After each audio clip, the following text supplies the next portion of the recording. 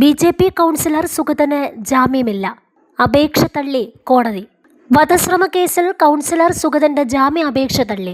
വീട്ടിൽ കയറി അറസ്റ്റ് ചെയ്യാൻ ശ്രമിച്ച പോലീസിനെ ആക്രമിച്ച കേസിലും ജാമ്യമില്ല. നെടുമങ്ങാട് മജിസ്ട്രേറ്റ് കോടതി 2 ജാമ്യം തള്ളിയത്. കഴിഞ്ഞ മാസമാണ് വീട് വളഞ്ഞ് സുഗതനെ പോലീസ് അറസ്റ്റ് ചെയ്തത്.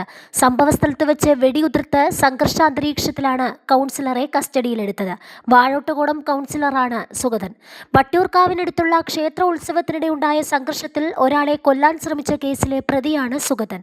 ഈ കേസിൽ ഹൈക്കോടതി സുഗതന് ജാമ്യം അനുവദിച്ചിരുന്നില്ല. തുടർന്ന് ഇയാൾ വട്ടിയൂർക്കാവ് SHOയ്ക്ക് മുന്നിൽ കീഴടങ്ങേണ്ടതായിരുന്നു. എന്നാൽ സുഗതൻ ഹാജരായില്ല.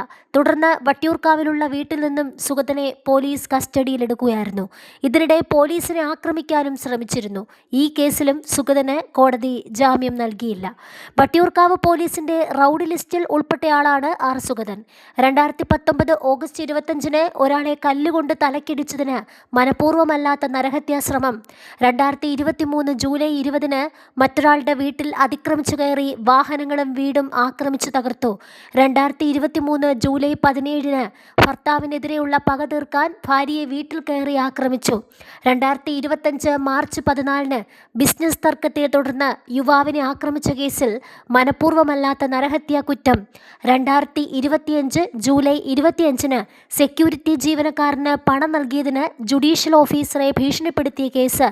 2026 ഫെബ്രുവരി 2 അന്ന് MLA ആയിരുന്ന VK പ്രശാന്തിന്റെ പരാതിയിൽ ശിശുമന്ദിരം ജീവനക്കാരെ ഭീഷണിപ്പെടുത്തി മന്ദിരത്തിന്റെ ഉദ്ഘാടന ചടങ്ങ് തടസ്സപ്പെടുത്തിയെന്ന കേസിലും പ്രതിയാണ് സുഗതൻ. കാപ്പ ചുമത്തി വിയ്യൂർ ജയിലിലടച്ച സുഗതന് ജാമ്യം ലഭിച്ചാലും പ്രത്യേകിച്ച് ഗുണമുണ്ടാവുകയില്ല. അതേസമയം സുഗതന്റെ രാഷ്ട്രീയ ഭാവിയെപ്പറ്റിയും ചോദ്യങ്ങൾ ഉയരുന്നുണ്ട്. നിലവിൽ തിരുവനന്തപുരം കോർപ്പറേഷൻ കൗൺസിലറാണ് സുഗതൻ.